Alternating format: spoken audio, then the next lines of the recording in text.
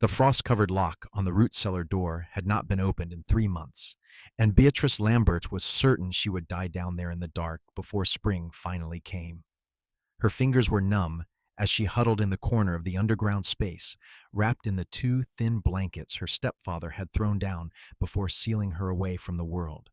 The winter of 1878 had been particularly brutal in Nebraska City, Nebraska, and the temperature in the cellar hovered just above freezing, cold enough to make every breath painful, but not quite cold enough to kill her outright.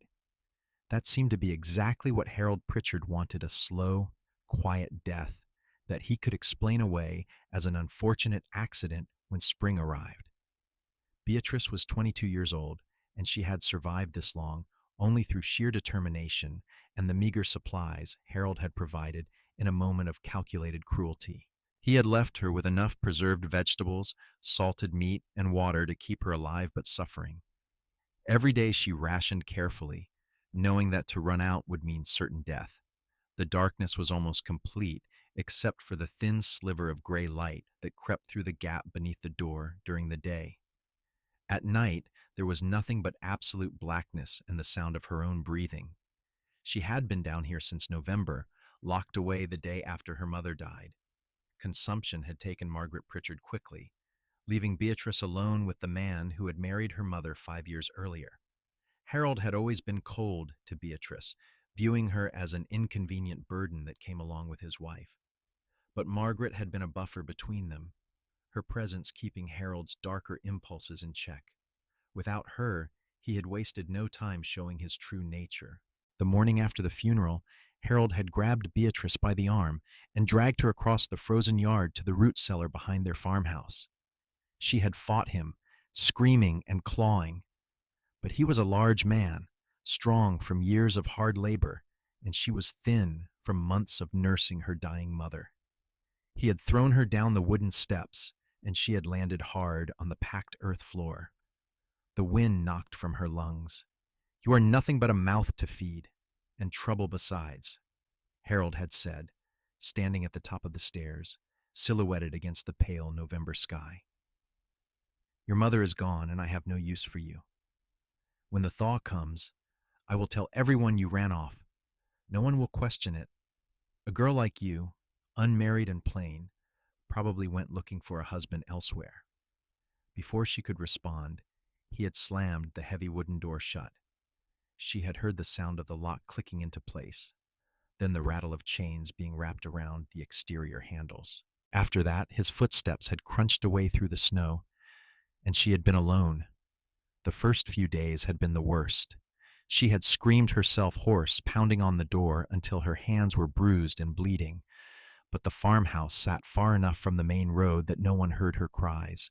Harold owned 40 acres of land, and their nearest neighbors were more than a mile away. Even if someone had been close enough to hear, the howling winter wind would have carried her voice away into nothing. As the days turned into weeks, Beatrice had forced herself to adapt. She had explored every inch of her prison by touch, learning the dimensions of the space, the location of the supplies, the feel of the rough wooden shelves along the walls. She had found an old bucket that served as a chamber pot, which she kept in the farthest corner from where she slept. The smell was terrible, but there was nothing to be done about it. She had counted the days by scratching marks into the wooden support beam with a rusty nail she had found on the floor. Each morning, when the thin line of light appeared beneath the door, she added another mark. By her count, it was now late February. The winter should be ending soon, but in Nebraska, spring could be capricious. There might be weeks yet before the ground thawed enough for Harold to carry out whatever plan he had for disposing of her body. Beatrice refused to simply give up and die. Her mother had been a strong woman, a survivor who had endured poverty, the death of Beatrice's father in a railroad accident, and finally a difficult marriage to Harold. Margaret had taught her daughter to be resilient, to find strength even in the darkest moments. Beatrice clung to that lesson now, using it as a lifeline against despair. She exercised as best she could in the confined space, walking circles around the cellar to keep her legs from weakening, doing small movements with her arms to maintain some muscle. She recited every poem and song she could remember, anything to keep her mind sharp and active. She thought about all the things she would do if she ever got free, the places she would go, the life she would build far away from this place, and the man who had imprisoned her. Most of all, she thought about survival. She planned what she would do if the door ever opened, how she would react, what she would say. If Harold came to kill her, she would fight with everything she had. She had found a few tools down here: the nail, a broken piece of wood that could serve as a club, a shard of pottery with a sharp edge. They were pitiful weapons, but they were something. The sound of a horse approaching the property was so unexpected that at first Beatrice thought she was imagining it. She had been dozing, wrapped in her blankets, when the distant sound of hoofbeats penetrated her consciousness. She sat up quickly, her heart suddenly pounding. It was midday, judging by the strength of the light under the door. Harold rarely had visitors, and he certainly never entertained them during the workday. She heard voices, muffled by the layers of wood and earth, but definitely voices. One was Harold's distinctive growl. The other was unfamiliar, deeper and with a different cadence. A stranger, then. Beatrice crawled to the door and pressed her ear against the cold wood, straining to hear. The voices grew louder as the two men apparently walked closer to the cellar. She could make out fragments of conversation now. "Looking for work," the stranger was saying. "Heard you might need an extra hand with spring planting coming up." "I work my land alone," Harold replied curtly. "Do not need help." "Fair enough. Just thought I would ask. It is a lot of land for one man." There was a pause. Beatrice held her breath, afraid to make even the slightest sound that might cause them to move away. This might be her only chance. "You have a mighty big lock on that root cellar," the stranger observed. "That is quite a bit of security for vegetables." "We had trouble with thieves last fall," Harold said quickly. Too quickly. Cannot be too careful.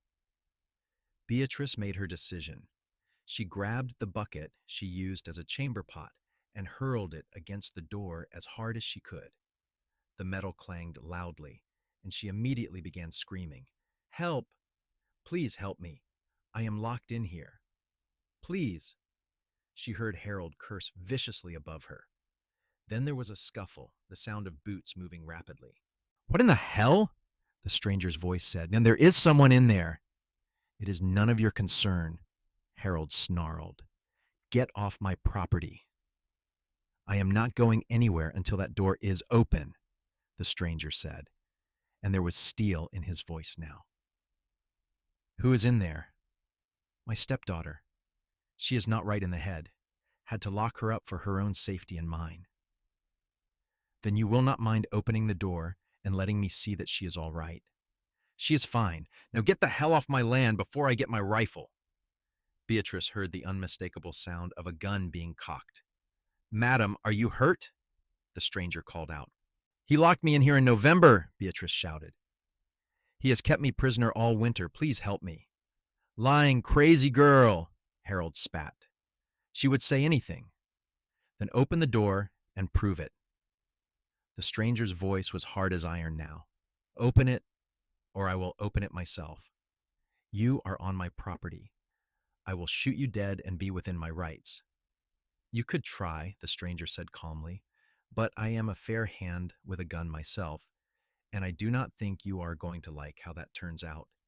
Now I am going to give you to the count of 3 to unlock that door. 1. Beatrice heard movement, the sound of someone walking closer to the cellar. 2. "Damn you!" Harold shouted. Then everything happened at once. There was a gunshot, deafeningly loud even through the door. Beatrice screamed and threw herself backward. More gunshots followed, 3 or 4 in rapid succession. Then silence. "Madam, madam, are you all right?" The stranger's voice, slightly breathless now. "Yes, yes, I am here. I am going to get you out. Just stay back from the door." "The keys," Beatrice called. "Harold has the keys on his belt." She heard the stranger moving around above her. Then came the sound of metal jingling, footsteps returning to the door. The lock clicked open, and the chains rattled as they were unwound. Then, for the first time in 3 months, the door was pulled open. The light, even the weak gray light of a February afternoon, was blinding. Beatrice threw her arm across her eyes, unable to look directly at the opening. Tears streamed down her face from the sudden brightness. She heard someone descending the stairs, and then a voice, gentle now, speaking near her. "Easy now, miss. Take your time. Your eyes need to adjust." Slowly, painfully, Beatrice lowered her arm and blinked up at the figure standing over her. As her vision cleared, she saw a man in his mid-20s, tall and lean, wearing a heavy coat and a wide-brimmed hat. His face was angular and weathered from time spent outdoors, with several days' worth of dark stubble on his jaw. But his eyes were kind, a warm brown that looked at her with concern rather than threat. "Can you stand?" he asked, extending a gloved hand to her. Beatrice tried to rise and found that her legs were trembling badly. The man immediately moved closer, putting a supporting arm around her shoulders. "I have you?" Nice and slow. With his help, she managed to get to her feet. Her legs felt weak as water, and she leaned heavily against him as they made their way slowly up the stairs. Each step was an effort, her muscles protesting after months of confinement. When they finally emerged into the open air, Beatrice gasped. The world was so vast, so bright, so overwhelming after the tiny darkness of the cellar. Snow covered the ground, though it was melting in patches where the sun hit. The sky was clouded but still impossibly large. She stood there swaying, trying to take it all in. "Let us get you inside the house," the man said. "You need warmth and food." Beatrice's eyes fell on the figure lying in the snow near the cellar door. Harold Pritchard lay on his back, his eyes staring sightlessly at the sky, a large red stain spreading across his chest. She felt no grief, only a numb sort of relief. "Is he dead?" she asked, her voice hoarse from disuse and shouting. "Yes, madam. I am sorry you had to see that, but he gave me no choice. He drew on me first." "I am not sorry," Beatrice said flatly. "I hope he burns in hell for what he did." The man looked at her for a long moment, then nodded. "Let us get you warm." He helped her across the yard to the farmhouse. The door was unlocked, and they went inside. The interior was cold but not freezing, and after the cellar it felt positively luxurious. The man guided her to a chair near the kitchen stove and immediately began building up the fire. "My name is Grant Fitzgerald," he said as he worked. "I am a ranch hand, or I was until recently. Been traveling looking for work. Pure luck I stopped here today." "Beatrice Lambert," she managed. "Thank you. You saved my life." "When did you last eat something hot?" Grant asked, already moving around the kitchen with surprising efficiency. "November," Beatrice said. "He only gave me cold provisions." Grant's jaw tightened, but he did not comment. Within minutes he had water boiling and was making a simple broth. He found bread that was several days old but still edible and brought it all to her. "Eat slow," he cautioned. "Your stomach is going to need time to adjust." Beatrice tried to obey, but the moment the hot broth touched her lips, she wanted to weep. She had not realized how much she had missed warmth, real warmth, the kind that came from inside rather than just being trapped under blankets. The food tasted like the finest meal she had ever eaten, even though it was just simple broth and stale bread. As she ate, Grant stood by the window, looking out at the yard where Harold's body still lay in the snow. "We need to get the law involved," he said. "I killed a man on his own property, even if it was justified. There will need to be an investigation." "The sheriff is a reasonable man," Beatrice said between careful sips of broth. "His name is Tom Wexler. He has known me since I was a child. He will believe me." "Can you ride?" Grant asked. "We should go into town." Beatrice looked down at herself. She was filthy, her dress torn and stained, her hair a tangled mess. But more than that, she was weak. 3 months of minimal food and no exercise had taken their toll. I do not think I can, she admitted. Not yet. Grant nodded. Then I will go. You stay here, keep the fire going, and rest. I will be back with the sheriff as quickly as I can. Will you be all right alone? Beatrice laughed, and it sounded strange in her own ears, rusty and unused. I have been alone for 3 months. A few hours will be nothing, especially knowing I can open the door whenever I want. Something flickered in Grant's eyes. Anger, sympathy, respect. I will be as fast as I can. Lock the door after me and do not open it for anyone but me and the sheriff. He left, and Beatrice heard his horse galloping away down the road. She stood slowly, went to the door, and locked it as instructed. Then she walked through the house, room by room, reclaiming her right to move freely. The house looked the same as it had 3 months ago, but it felt different. Her mother's things were gone, Beatrice noticed. Harold had wasted no time erasing Margaret's presence. The bedroom that had been Beatrice's was empty, the furniture gone, as if he had already made good on his plan to pretend she had run away. She found herself growing angry as she looked around. Harold had taken everything from her mother, her home, 3 months of her life, nearly her sanity. If Grant Fitzgerald had not happened by today, if he had not been curious about the locked cellar, she would have died down there. Her body would have rotted away in the dark, and no one would have ever known the truth. But she had not died. She had survived. And now, somehow, she had to figure out what to do with the life that had been given back to her. Beatrice returned to the kitchen and the warmth of the stove. She ate more of the broth, slowly as Grant had instructed. She found a basin and some water and washed her face and hands, scrubbing away months of grime. It was not enough. She would need a real bath, a change of clothes, so much more, but it was a start. Grant returned with Sheriff Wexler in just under 2 hours. The sheriff was a man in his 50s, broad-shouldered and gray-haired, with a weathered face that had seen its share of trouble. He took one look at Beatrice and his expression darkened. "Good Lord, girl," he said. "What did he do to you?" Beatrice told him everything, from the moment Harold had locked her away to Grant's arrival. Sheriff Wexler listened in grim silence, occasionally asking questions. Grant stood by, adding his own account of what had happened when he arrived. The sheriff went outside to examine Harold's body and the root cellar. When he returned, his face was set in hard lines. "I have seen enough," he said. "This was clearly justified.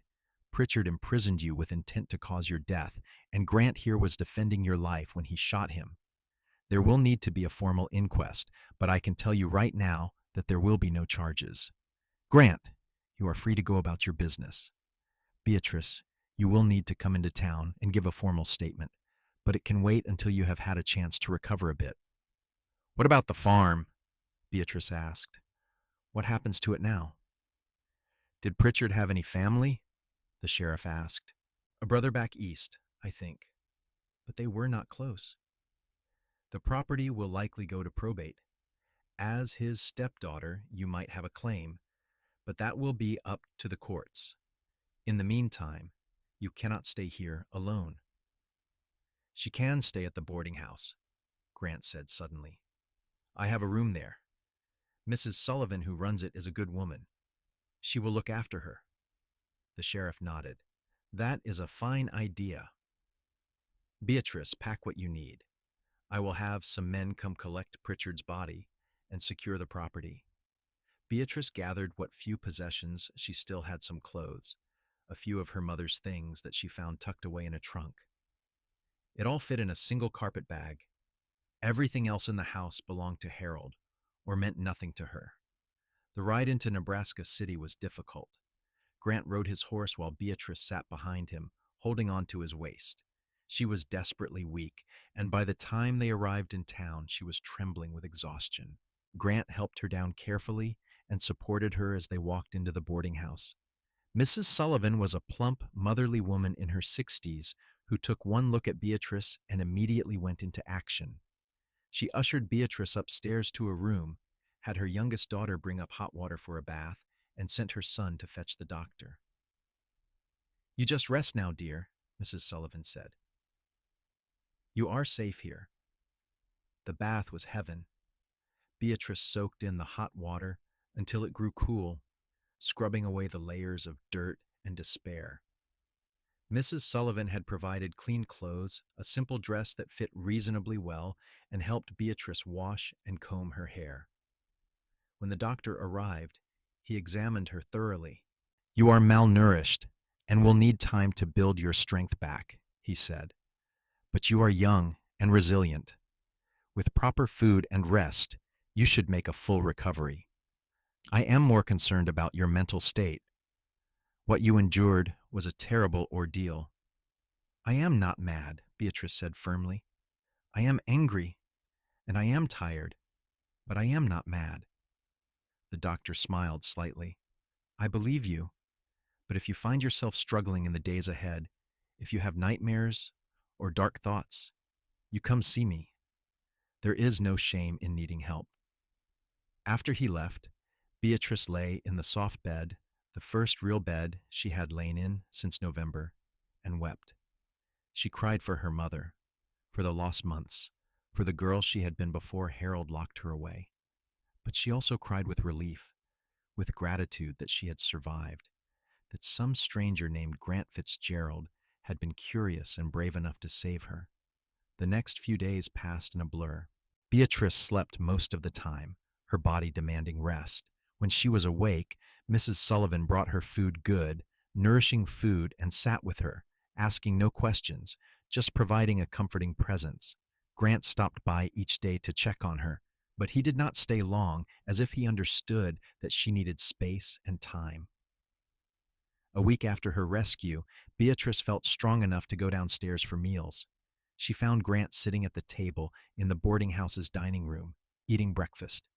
He stood when he saw her. Miss Lambert, it is good to see you up and about. Please call me Beatrice. I think we are past formalities after what happened. He smiled, and it transformed his serious face into something warm and approachable. Only if you call me Grant. They sat together, and Beatrice found herself studying him as they ate. Grant had a quiet, steady manner about him, a calmness that she found deeply reassuring. He was not a man who filled silences with empty chatter, but when he did speak, his words were thoughtful. Where are you from? She asked. You said you were looking for work. Montana originally, Grant said. Worked on a ranch up there for several years. The owner sold out last fall, and we all got let go. Been drifting since then, looking for a new place to land. Have you found work here? Actually, yes. There is a ranch about 5 miles outside town. The owner, a man named Robert Fuller, hired me on. I start next week. I am glad, Beatrice said, and meant it. You deserve good fortune after what you did for me. I just did what any decent person would do. No, Beatrice said firmly.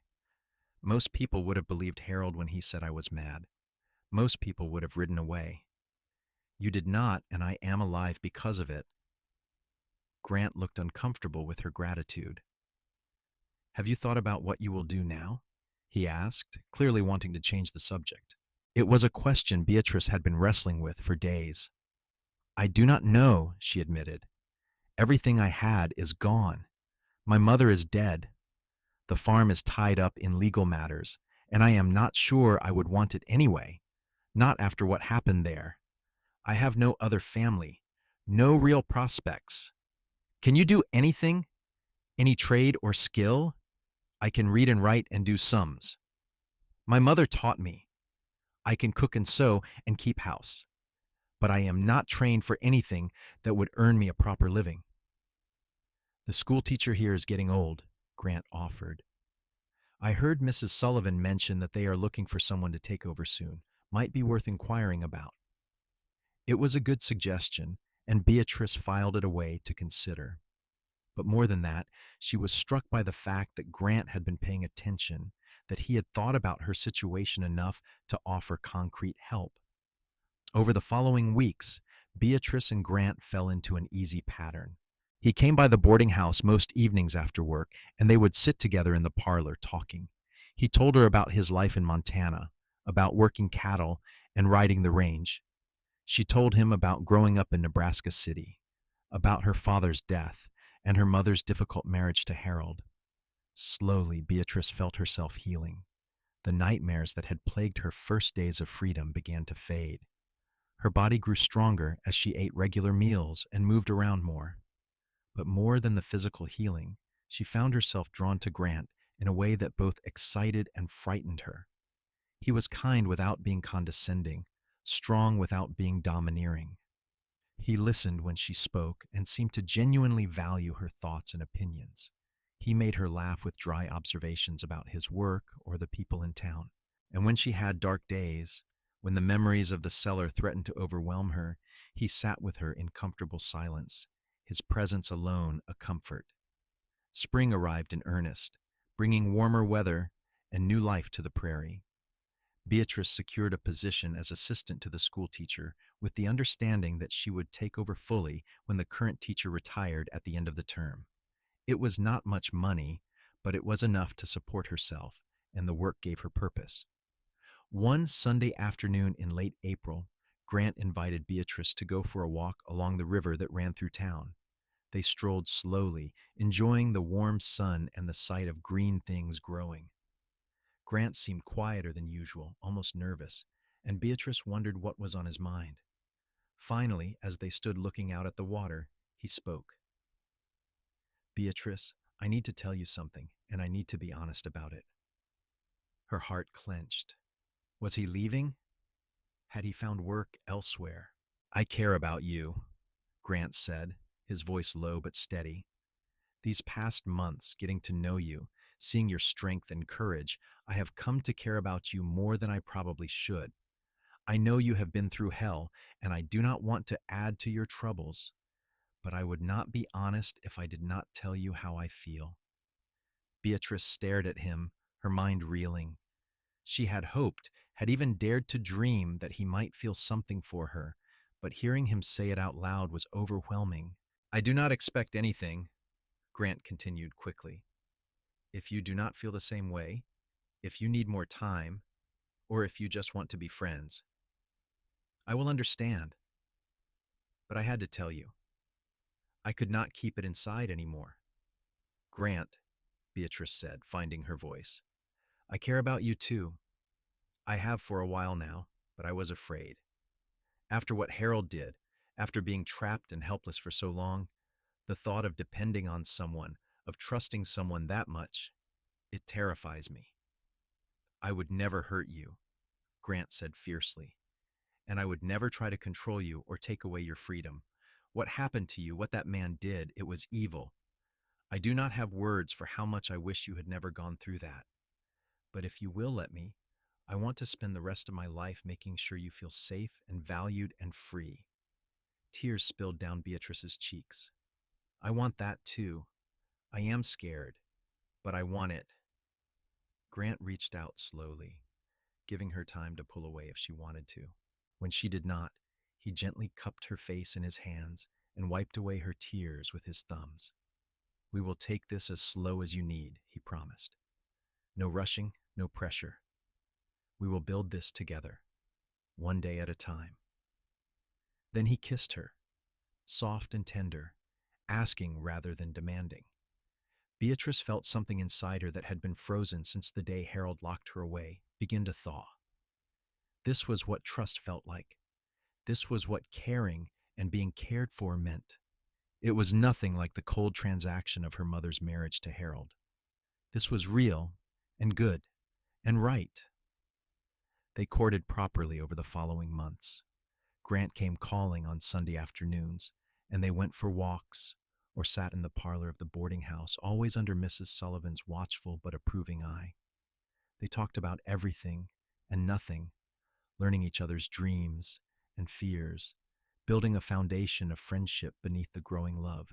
The inquest into Harold's death concluded exactly as Sheriff Wexler had predicted. Grant was cleared of any wrongdoing, and Harold was posthumously condemned for his crime. The farm was eventually sold, and after legal fees, Beatrice received a small sum from the proceeds. It was not much, but it was hers, earned through her suffering, and she saved it carefully. By summer, Grant was confident enough in his position at the Fuller Ranch that he approached Beatrice with a proposition. "Marry me," he said simply. They were sitting by the river again, their favorite spot. "I know we have not been courting long by traditional standards, but I have known since the day I met you that you were special.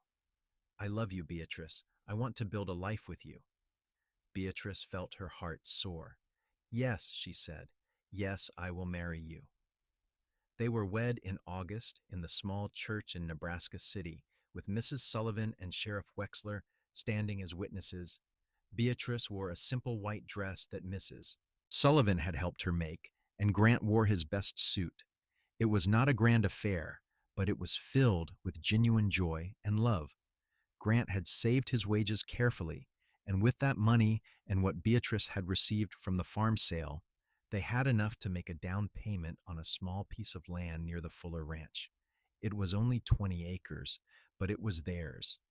Grant continued working at the Fuller Ranch while they built a modest house on their land, and Beatrice kept teaching, though she knew that would change once children came. Their first winter as husband and wife was nothing like the horror Beatrice had endured the previous year. Their little house was warm and cozy, filled with laughter and love.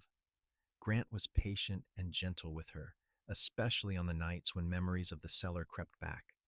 He would hold her and remind her that she was safe, that she was free, that he would protect her always. By the time spring arrived again, Beatrice knew she was pregnant.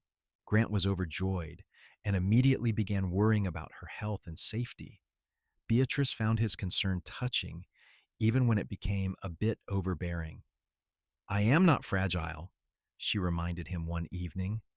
"I survived 3 months in a root cellar. I can certainly survive pregnancy."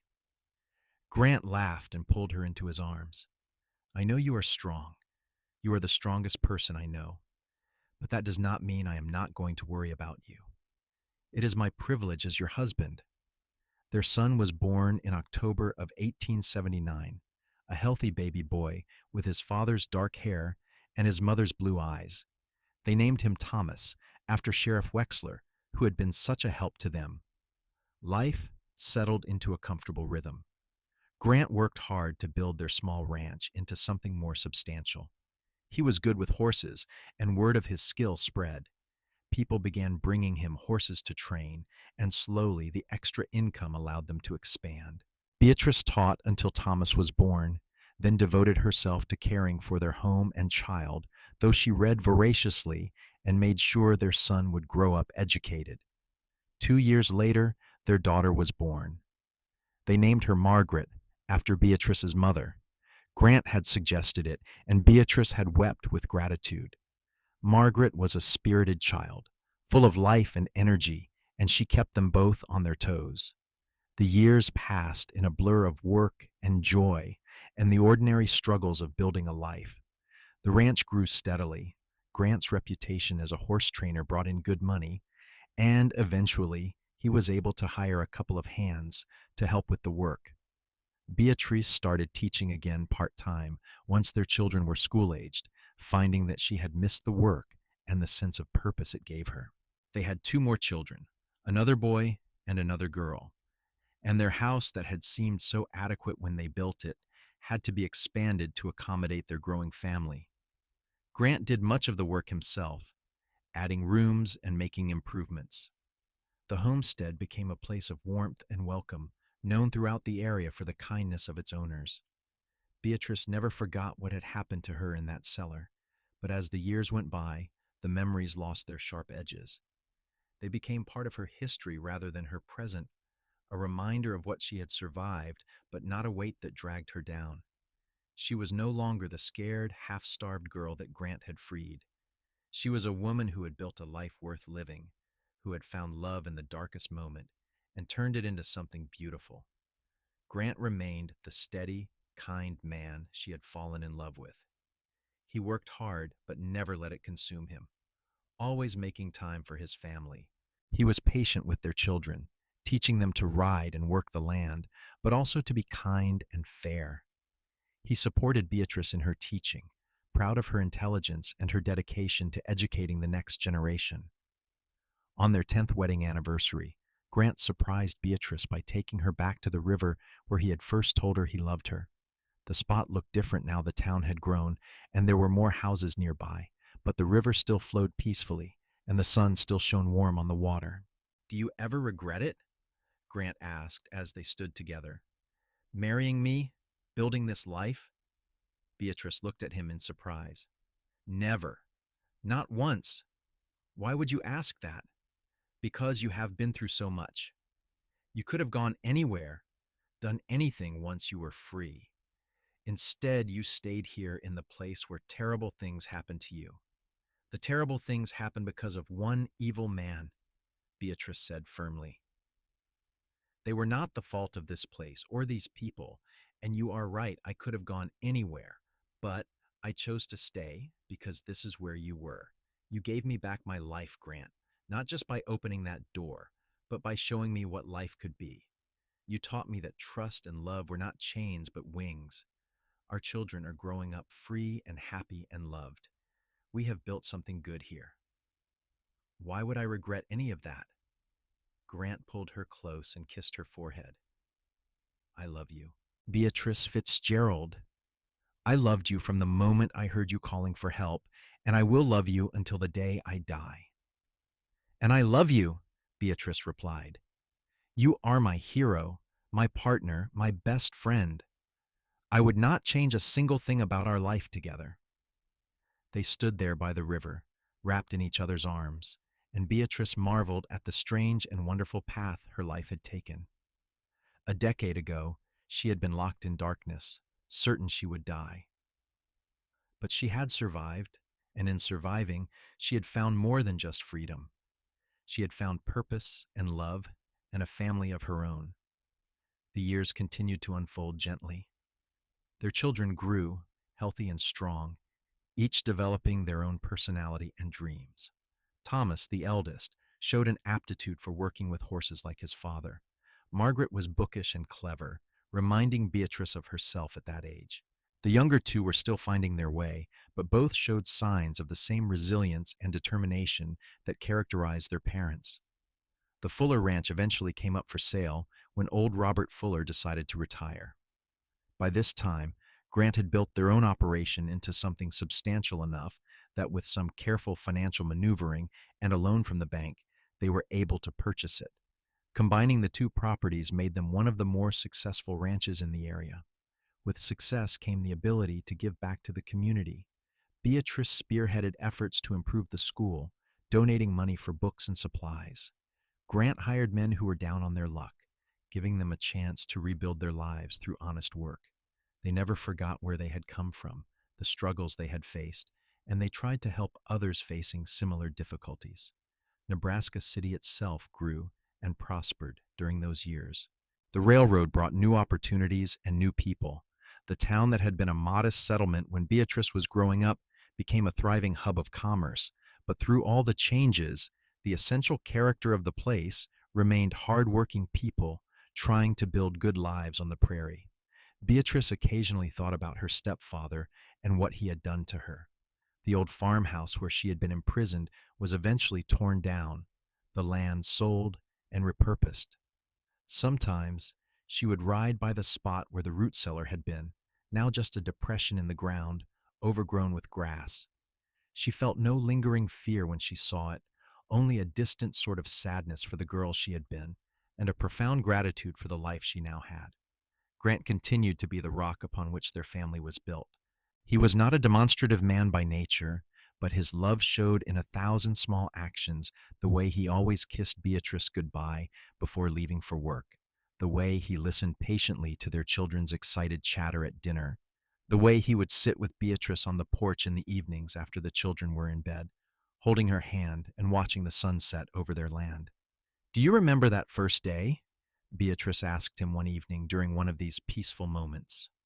Their youngest child had just turned 10, and the house felt simultaneously full and like it was preparing for the emptiness that would come when the children grew and left.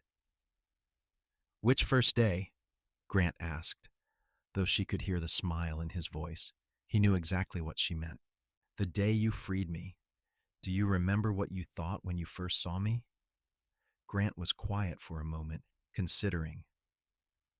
I remember thinking you looked like a wild animal that had been caged too long, afraid but also fierce, ready to fight or die, but not willing to give up.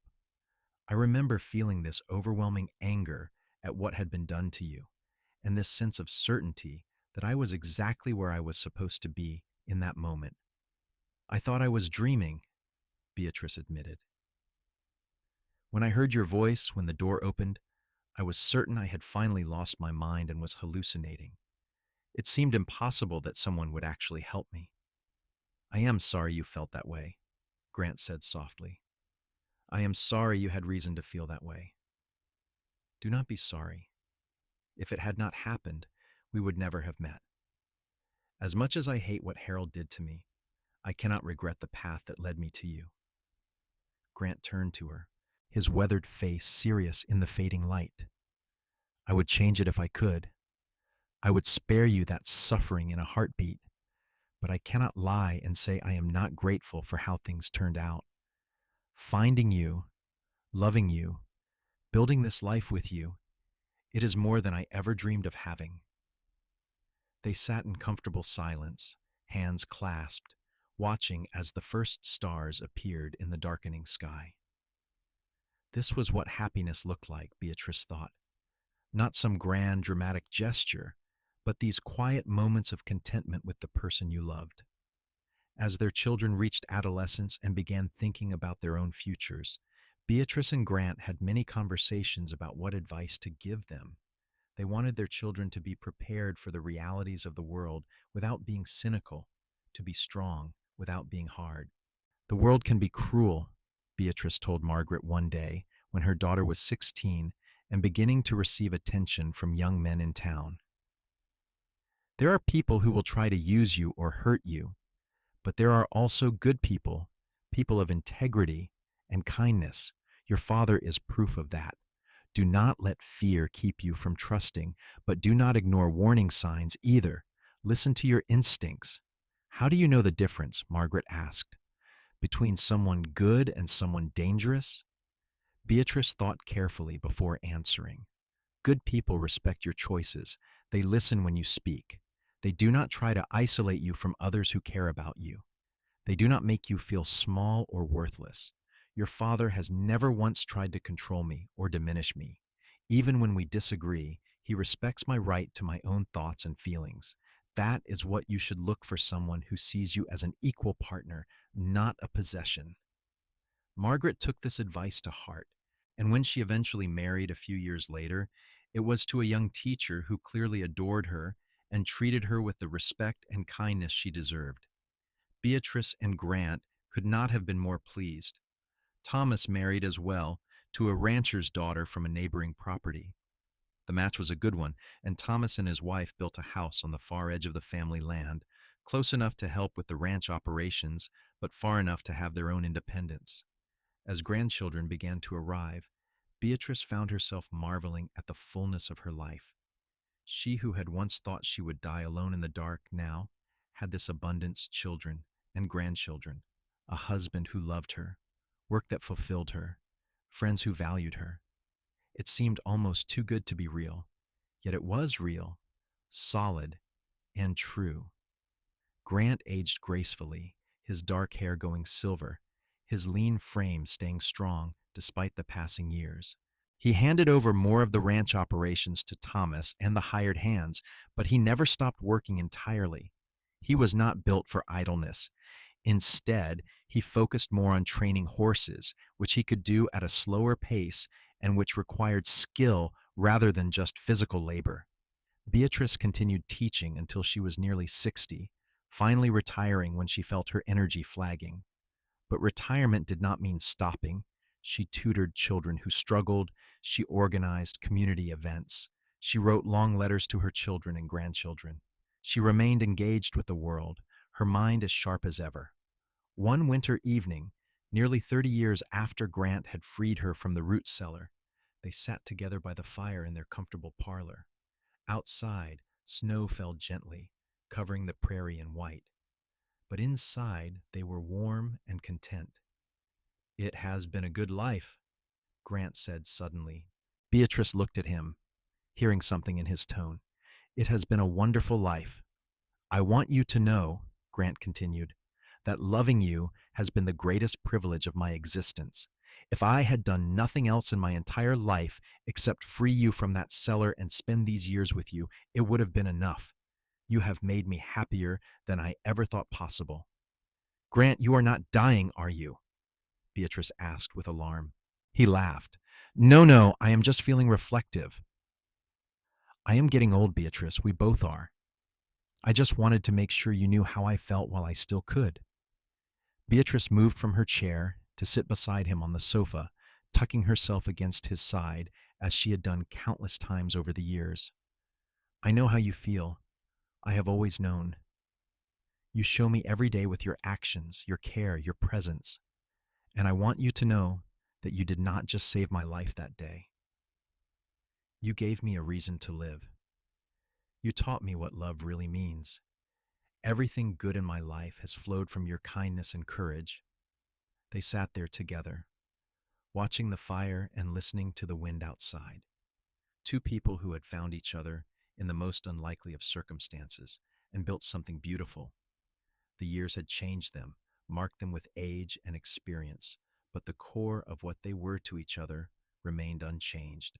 Grant lived another 10 years after that evening, dying peacefully in his sleep at the age of 71. Beatrice mourned him deeply, feeling the loss like a physical wound. But she did not fall apart. He had taught her to be strong, and she honored his memory by continuing to live fully. She remained on the ranch, now run entirely by Thomas, but still her home. Her children and grandchildren visited frequently, filling the house with noise and life. She told them stories about their grandfather, about the day he had saved her, about the life they had built together. She wanted them to know that love existed, that goodness existed, even in a world that could sometimes be cruel and harsh. Beatrice lived to be 83 years old, remaining sharp and engaged until nearly the end. When she died in her sleep one spring morning in 1917, it was surrounded by family, in a home filled with love, in a life that had been redeemed from darkness by one man's courage and kindness. At her funeral, her eldest grandson stood to speak. He told the gathered crowd about his grandmother's life, her strength, her wisdom, her boundless love for her family. He spoke about the ordeal she had endured and how she had overcome it, and he spoke about Grant Fitzgerald, the cowboy who had heard a cry for help and had not ridden away. "My grandfather could have minded his own business that day," the young man said. "He could have believed the lies, could have decided it was not his problem, but he did not. He chose to act, to help, to fight for someone he did not even know. And in doing so, he did not just save my grandmother's life. He made possible all of ours. Every person in this room exists because of the choice he made that February day. We are his legacy and hers. We are proof that one act of courage and kindness can ripple out through time, creating more good than we can measure." As the service ended and people filed out of the church, they spoke in hushed tones about Beatrice's remarkable life. From the depths of despair to heights of happiness, from victim to survivor to beloved matriarch of a large and thriving family, her journey had been extraordinary.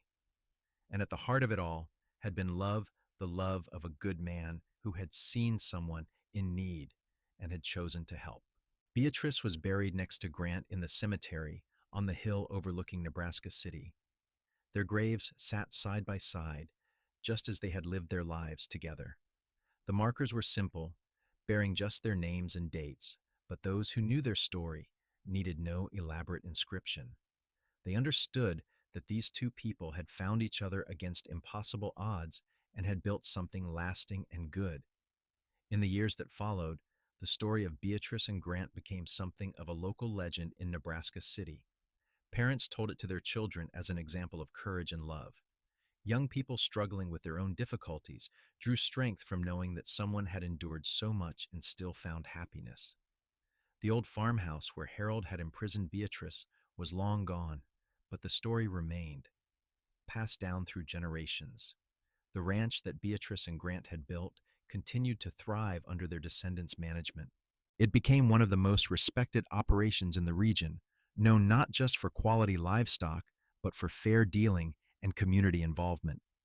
The values that Beatrice and Grant had instilled in their children, kindness, integrity, hard work, and compassion, were passed down through the generations, shaping the character of everyone who bore their legacy. Thomas, their eldest son, never forgot the lessons his parents had taught him. He raised his own children with the same combination of love and strength that he had received. He told them often about the day his father had found his mother, about the courage it took to stand up to evil, about the importance of listening when someone called for help. Those lessons shaped his children, who passed them on to their children in turn. Margaret, their daughter, became a teacher like her mother, dedicating her life to educating young people. She often spoke to her students about resilience and hope, using her mother's story as an example of how even the darkest circumstances could be overcome. Many of her students went on to accomplish great things, carrying with them the inspiration they had drawn from Beatrice's example. The younger children, too, lived lives marked by the values their parents had modeled. They became ranchers, teachers, business owners, and community leaders. They married, had children of their own, and spread out across the West.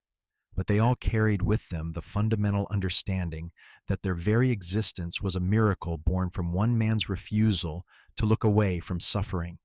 As the 20th century progressed and Nebraska City grew from a frontier town into a modern city, the old stories sometimes faded. But the story of Beatrice Lambert and Grant Fitzgerald endured.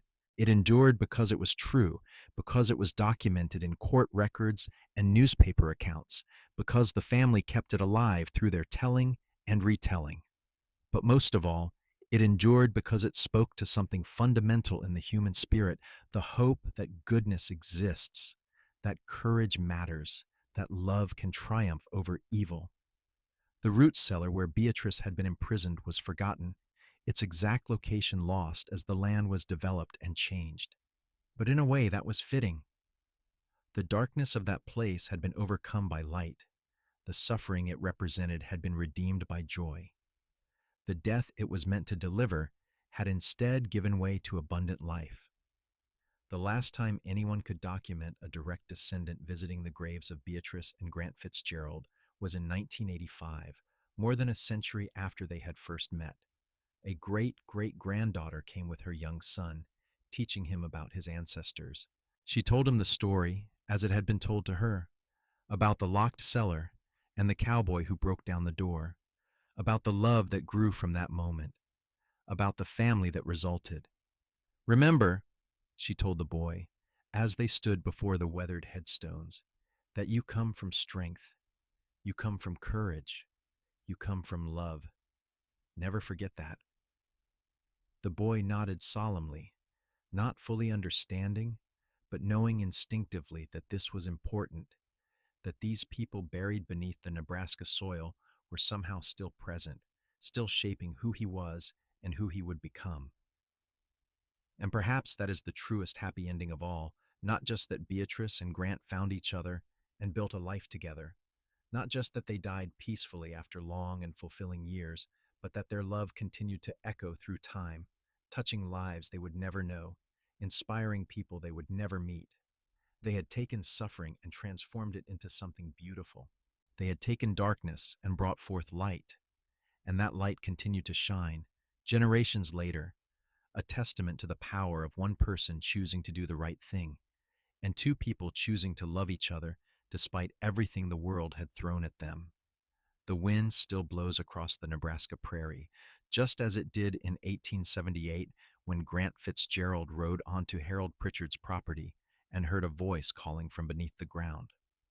The seasons still turn, winter giving way to spring, darkness giving way to light. And somewhere in the great sweep of time and space, the love story of Beatrice and Grant continues to matter, continues to mean something, continues to remind us all that even in our darkest moments, salvation can come from the most unexpected places, wearing the face of a stranger who chooses to be kind. That is how a life is redeemed. That is how love conquers. That is how two people who should never have met, who came together through tragedy and violence, created something so beautiful and lasting that it could not be contained in their own lifetimes, but spilled over into the lives of everyone they touched. Beatrice Lambert, who was locked away to die, instead lived a full and remarkable life. Grant Fitzgerald, who was just passing through looking for work, instead found his purpose and his home. Together they proved that the best endings are not the ones that come easily, but the ones that are fought for, earned, and cherished every single day. And if you were to stand now in the cemetery on the hill in Nebraska City, Nebraska, looking down at two simple headstones side by side, you would see only names and dates. But if you knew their story, you would see so much more. You would see courage and kindness. You would see survival and redemption. You would see a love that lasted a lifetime and beyond. A love that began with a door being broken down and a woman being freed. A love that created ripples, still felt more than a century later. You would see, in short, everything that matters most in this brief existence. We are all granted that we choose goodness when we can, that we help those who need it, and that we love deeply and truly while we have the chance. That was the legacy of Beatrice and Grant, and it was more than enough.